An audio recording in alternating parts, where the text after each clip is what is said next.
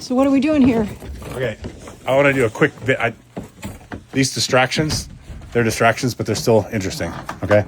So I want to do something real quick on, well, we're just going to establish something real quick, okay? This is me. This is one of my, I can't remember if it's my first or second Emmy.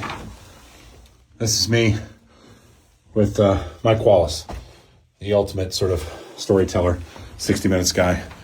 Died at 90-something years old. This is our film cabin. We have a drop-down screen. Look at that. How cool is that? We have like theater seats over here, right? Look at that. A projector, Bluetooth speaker. You can watch your own stuff. It's really cool. Anyways, I want to show you something else. Show the viewers something else. Obviously, I don't need to show Holly. Holly knows. Okay? Well, where are we going? We're going to go to the hikers and mountain bikers. Excuse me, the hikers and climbing cabin. Okay? It'll look a little weird for a second because we're in the dark. But look at this beautiful. Look at that. Can you see that? Can you see snow? Pretty cool. You can. It's snowing out today.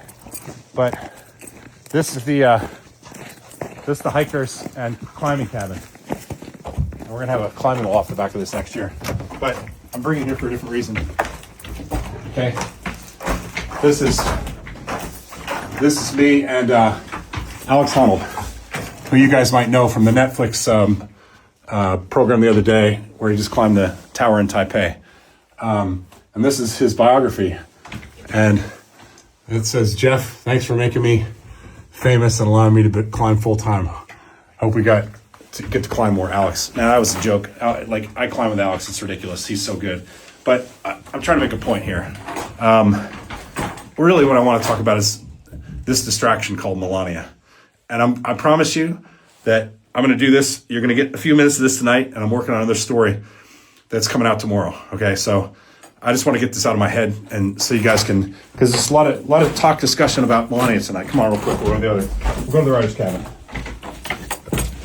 Okay.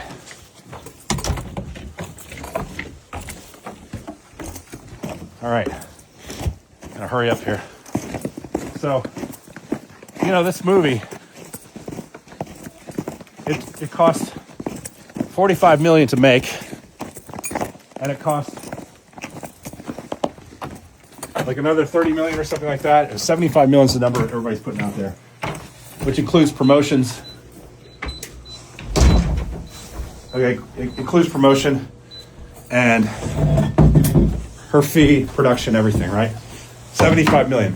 Well, how much does a documentary normally cost? That's a good question. So that one, Alex Honnold, I didn't make it with him. That was weird. Something was beeping. So that movie that he got famous in was called Free Solo. There we go. I'll turn this on here. Whoop. There we go. The movie he made with Jimmy Chin was Free Solo. And it was death-defying. They won the Oscar for Best Documentary, okay? Now, I made my film with him for 60 Minutes. I think it was like 7 years before that, which is why he said such nice things about me in his biography, because it was really the first big climb he'd ever done for television. And I told him he needed an agent. He didn't believe me. And then, like a couple days after the story came out, he had to get an agent. But anyways, Melania's movie, so Free Solo would have run a couple million, okay? And this guy's climbing a mountain, right, with no ropes. And he's risking his life. Probably got a few $100,000 for it, maybe. Let's say he got $1 million. We know that in the Taipei climb, he got around $500,000. He was happy to take $500,000. So it tells you, but he's not Melania, right? She's the first lady.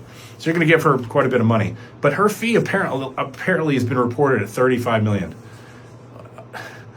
I mean, that's George Clooney money for films that cost hundreds of millions to make. And they're all excited because they said, Variety, I think, was reporting, I just heard this, that they made $7.5 million in the first week or weekend. And they're all excited about that because it's such a huge box office opening for a documentary, which is true.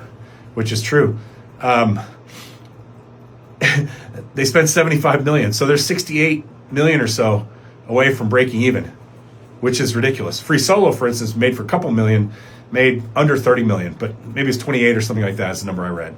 Let's just ballpark it.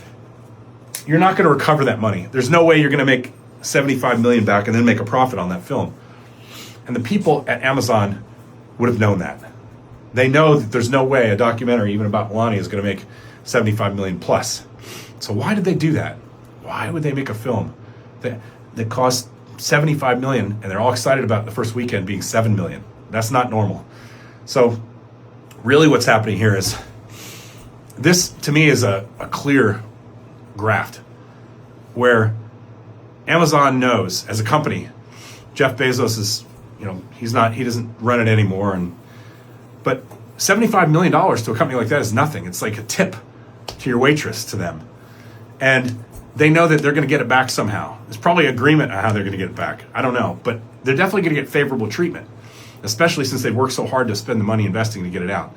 And Donald Trump knows that. Donald Trump, who has been, according to the Wall Street Journal, getting all sorts of cash for pardons. Just think how much he would invest to get from the government to get a deal to make his wife look good, and how much Amazon would spend to open up all sorts of avenues for themselves. Maybe it's tax breaks, maybe it's favorable deals, maybe it's has to do with how they're shipping. It could be any number of things, but there's just no possible way that any documentary is going to cost 75 million. It's just not. It's not how it works. And I tell you that as a guy who, for National Geographic, we made a docuseries for television with some of the best directors of photographies and producers in the business. And National Geographic is known for throwing money at projects. And we were spending 1.2 million roughly per hour of television. And that was over budget, way over budget. So think about 75. I mean, even with 10 million to do the production of this movie, and let's say the director got 2 million or something like that.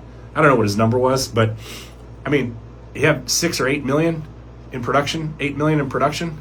That's still a ton of money for something where you're not having to do very much with her. She's just following her around a little bit.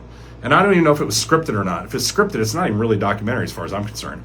If it's unscripted and they just followed her around for 20 days or something like that, there's no fucking way this number is real. So, yeah, just look at that as a payoff to Amazon, or to Donald Trump from Amazon, for future considerations, we'll call it. As a person who, I've worked for Amazon, by the way. I've worked on an Amazon project. And I remember that, we couldn't write off our Starbucks coffees.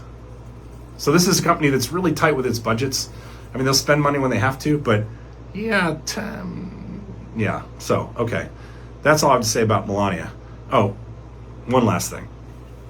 They talk about how much money was made at the box office. We know that a lot of theaters were empty, completely empty. We've seen reports of that all over the place.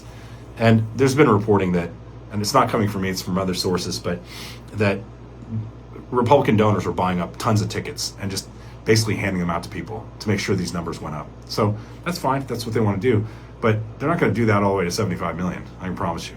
Anyways, from the writer's cabin and our cabins up here in rural Virginia, like, follow, share, comment, and see us over on Substack, where you can get subscriptions to listen to crazy ideas like this every day.